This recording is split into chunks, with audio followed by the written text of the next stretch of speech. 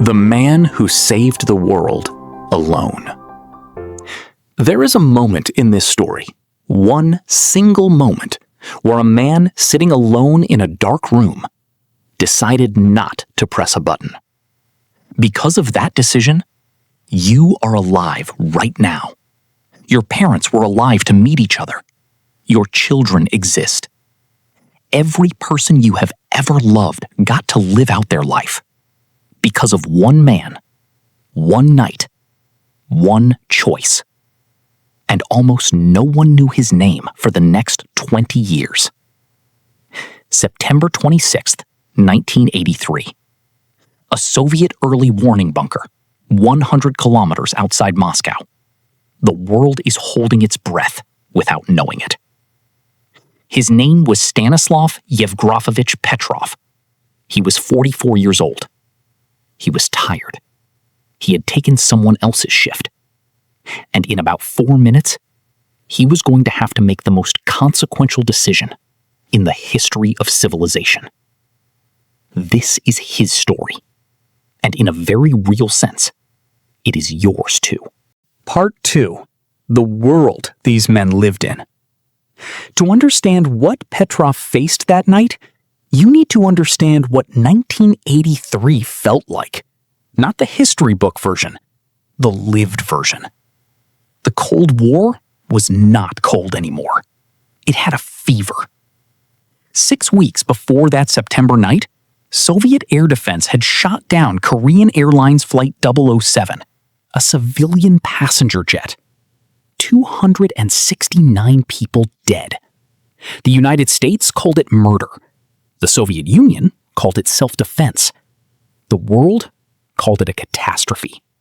And somewhere underneath all of it, both sides quietly updated their threat calculations. President Ronald Reagan had just announced the Strategic Defense Initiative, which everyone called Star Wars, a plan to put nuclear intercepting weapons in space. To the Soviets, it wasn't defensive. It was offensive. It meant America was preparing to survive a nuclear war. And if America could survive one, America might start one. NATO was running a massive military exercise called Able Archer 83. It was designed to simulate a nuclear first strike. The Soviets weren't sure it was a simulation. This was the atmosphere. Hair trigger. Paranoid. Both sides with thousands of warheads pointed at each other. Both sides genuinely unsure whether the other side might blink first. The Soviet leadership had a classified program called Operation Ryan.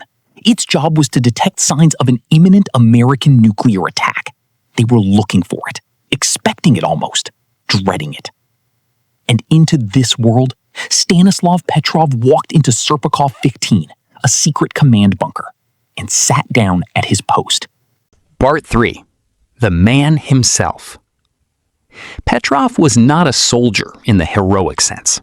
He didn't think of himself that way. He was an engineer turned officer, the kind of man who understood systems, how they worked, how they failed, what their error margins looked like. He had helped design the very early warning software he was now supervising, which meant he knew, better than almost anyone in the Soviet military, that these systems could be wrong. He had a wife, Raisa, a daughter, a son. He lived in a small apartment. He liked books. He was not, by his own description, a particularly remarkable man. That night, and this is the kind of detail that history hands you like a gift, he was only there because the officer who was supposed to take that shift had gotten sick. Petrov stepped in as a favor. By the end of the night, he would wish he hadn't. Part 4. Midnight. The alarm. It was just past midnight, local time, when the alarm went off. Not a quiet alarm, not a warning light, a screaming, full facility alarm, the kind that was designed to make your body respond before your brain could catch up. On the screens in front of Petrov, one word appeared. The Soviet satellite system had detected a missile launch from the continental United States. One missile. Protocol was clear. If the early warning system detected a launch, Petrov's job was to report it up the chain of command immediately. The senior officers would verify, the leadership would be informed, and within minutes, the Soviet Union would make its decision about whether to retaliate. Retaliation in 1983 meant launching their own nuclear weapons, which meant the United States would detect that and launch everything they had, which meant Europe was gone, Asia was gone, most of civilization was gone. All of that sitting on top of a single word on a screen. Petrov stared at it. Then the screen changed. A second missile, then a third, then a fourth, then a fifth. 5 missiles, according to the system. 5 American ICBMs inbound to the Soviet Union. The sirens in the bunker were deafening. His staff was panicking. Everyone was looking at him. The system was screaming at him. He had, by his own later account, about 5 minutes to decide whether to report this as a real attack. He picked up the phone. Part 5. The Decision. Here is what Stanislav Petrov told himself in those 5 minutes while the alarms were screaming and his men were staring at him and the entire Soviet nuclear apparatus was waiting on his word. He thought, why 5? A nuclear first strike, a real one, the kind the American military had been planning for 40 years, would not be 5 missiles. It would be hundreds, thousands, the entire American arsenal unleashed simultaneously, targeting every Soviet command center, every silo, every submarine base, all at once, so there would be no chance to retaliate. 5 missiles made no military sense. You don't start a nuclear war with 5 missiles. That's not a first strike. That's a mistake. His second thought, the satellites. The Soviet early warning satellites were new. The software was young. Petrov had worked on it. He knew its weaknesses. And he knew something that his commanders at the top of the chain did not always appreciate. These systems could be fooled by unusual sunlight reflections off clouds, by atmospheric anomalies, by things that were not missiles at all, but looked to the satellites like missiles. His gut said, this is a malfunction. His training said, report it as real and let your commanders decide. His gut said, if you report this as real, they will launch. He held the phone. The minutes were bleeding away. The sirens kept screaming. He did not report it as a real attack. He reported it as a system malfunction. He wrote in the logbook, false alarm. He told his staff, stand down. He put the phone back. And then he sat, alone with what he had just done, and waited to find out if he was right. Part 6. The Long Wait. The next 23 minutes were the longest of his life. Because here was the awful truth of Petrov's situation. He had made a judgment call with nothing but gut instinct and partial knowledge. He was not certain. He could not be certain. The ground-based radar systems, which were more reliable than the satellites, hadn't confirmed any launches, but they could take time to update. The missiles, if they were real, were already in the air. If he was wrong, the Soviet Union was about to absorb a nuclear strike without retaliating. Cities would burn.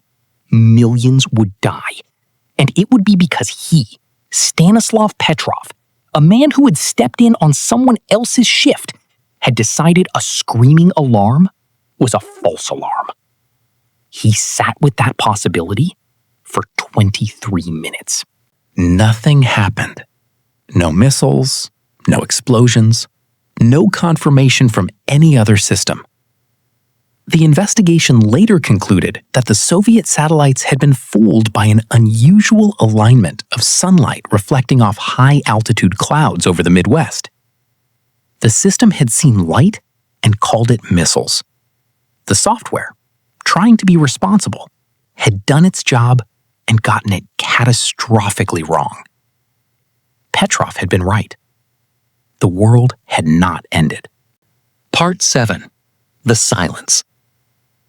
You might expect what came next to be a celebration, a medal, a ceremony. The Soviet leadership thanking the man who had kept them from starting World War III. That is not what happened. Petrov was quietly reprimanded, not for making the wrong call, he had made the right call, but for his paperwork. His logs from that night were incomplete. He hadn't followed every procedure exactly. In the chaos of the alarm, with the fate of the world in his hands, he had failed to fill out certain forms correctly. He was passed over for promotions he had been due to receive. He was reassigned. He eventually retired to a small apartment outside Moscow, where he lived alone after his wife died of cancer. He didn't have much money. His pension was modest. He struggled. For 15 years, almost no one outside the Soviet military knew what he had done. The incident was classified. The world he had saved went on without knowing his name. He later said that he didn't think of himself as a hero. He said he was simply doing his job. He said that any of his colleagues would have done the same. But they wouldn't have. We know that because the system was designed to assume attacks were real. The standing doctrine was to report up the chain immediately. The pressure in that moment would have been overwhelming for most people. And Petrov was the one who resisted it. Part 8. The World Finds Out. The story leaked out in 1998 when a retired Soviet officer mentioned it in a book. Journalists started digging. Eventually, they found Petrov. He was living in his small apartment. He was surprised anyone cared. The world did care, as it turned out. He was invited to the United Nations. He received the Dresden Peace Prize. He received the World Citizen Award. German filmmakers made a documentary about him called The Man Who Saved the World. American journalists flew to Russia to interview him. He accepted it all with a kind of quiet bewilderment. He said more than once that he had simply done what seemed right. He didn't feel like a hero. He felt like a man who had been lucky enough to be in the right place, with enough technical knowledge to override his fear. Kevin Costner, after hearing about him, sent him a gift, a camcorder, because Petrov had mentioned that he loved film and couldn't afford one. Stanislav Petrov died in May 2017. He was 77 years old. He died quietly, alone in his apartment. The world didn't find out for months because nobody thought to check. So let's be honest about what we're actually talking about here. We live in a world that is the direct result of one man's willingness to trust his own judgment over a screaming machine. That's it. That's the whole story. One man, one room, one decision. He wasn't a president. He wasn't a general. He didn't have his finger on any button. He was the man between the button and the people who would press it. And he held the line. The philosophers have a thought experiment called the trolley problem. You're standing at a switch. A trolley is coming. Do you pull the lever? The point of the exercise is to think about moral responsibility under pressure. Stanislav Petrov lived the real version. The trolley was carrying nuclear warheads. The lever was a telephone. And he had 5 minutes. He got it right. Now here is the thing about this story that keeps me up at night, and I want you to sit with it as we close. The system was designed to assume the worst. The entire architecture of nuclear deterrence in 1983 was built on the premise that if there was any doubt, you treated the threat as real. Because the cost of assuming a false alarm was real was a failed retaliation. And the cost of assuming a real attack was a false alarm was annihilation. The system chose the first risk. Always escalate. Always trust the machine. Petrov chose the second. Trust the human. He was right, but he could have been wrong. And if he had been wrong, he would have been the man who got the world killed by second-guessing the very systems designed to protect it. He made a bet. He bet on his own judgment, his own technical knowledge, his own quiet conviction that 5 missiles didn't make sense. He bet on the idea that sometimes the machine is wrong and the person reading it is right. That bet paid off. Every generation has a moment where one person in one room has to choose between what the system says and what they believe to be true, between the protocol and the gut, between the safe answer and the right one. Stanislav Petrov sat in a dark bunker outside Moscow on a September night in 1983, with sirens screaming and his staff staring at him, and the weight of civilization pressing down on his chest. And he made that choice. He chose to be human. And because he did, so did the rest of us.